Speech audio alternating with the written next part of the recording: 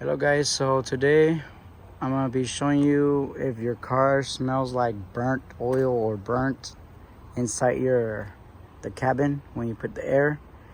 This could be one of the problems. I'm just saying it could, so you could like check just in case.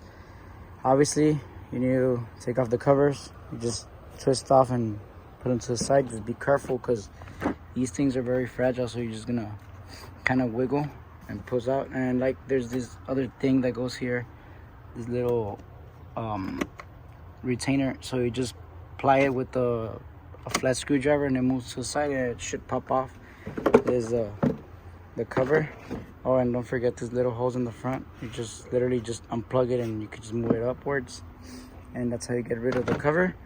So the reason why we're having this smell is because there is something leaking oil or something. So we looked over here and we put some light on it, but it's leaking from this. Is a PVC vent.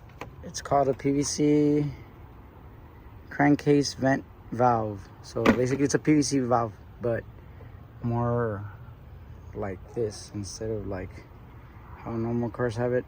This one sits like that on the engine.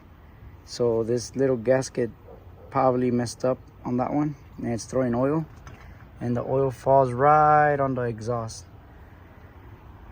That's like one of the main problems. Another thing was that the gasket was moved to the side like that. It was like that, like hanging on, and this was broken. Like this was popped open, so it was like there's a lot of air from the engine that was burning oil going into the air box that was right here. Is your little blower motor is right here inside, like right here to the inside. If you take off this, you're probably gonna see it. Look, this so I'm telling you, you could see where it's all dripping from here. So it's either dripping from here, from the line, or from the gasket, but I believe it's a gasket because if you pay attention, look, you can see where it's. So in this one, there's a problem. To remove the bolts that go here, these, I used a 8mm wrench.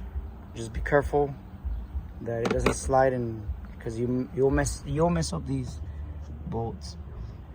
And you literally just pull on the hose and it should come off. It's pretty easy.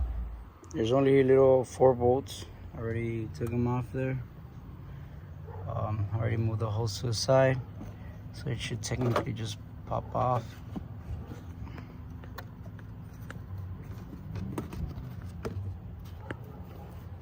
Like that. Yeah, you can see where the gasket is. It's done for. Look, it's all flattened. And right here is where it was leaking the most, and this side right here where this bolt was, it was really covered in oil. Because this is how it's supposed to look like. You see how it has a little belly? So yeah,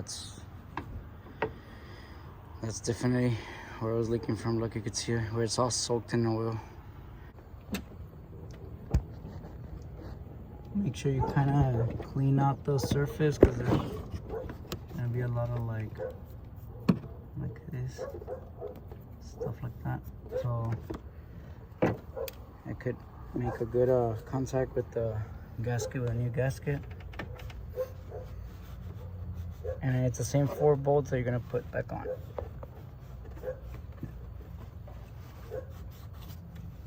You just have to put everything back, and the way you took it off. And remove this little tab right here, because then you're gonna get some codes, I believe. I believe this part, and all we got in O'Reilly's is the part number. It's I think it was like $25. But yeah, $25 could save you having to be smelling burnt oil. But yeah, for $25 you could get rid of that problem. Make sure that your little box, this one, is sealed, the gasket is sealed, and that it doesn't have another leak, because this one only has this one so far that we've checked, but it could be another leak. But I highly recommend starting with what's closer to the exhaust. But if you're having that type of troubles with your car, I recommend you removing the lid and checking that side, because usually the exhaust runs right there, so it falls, it burns, and it goes right into your cabin. So yeah.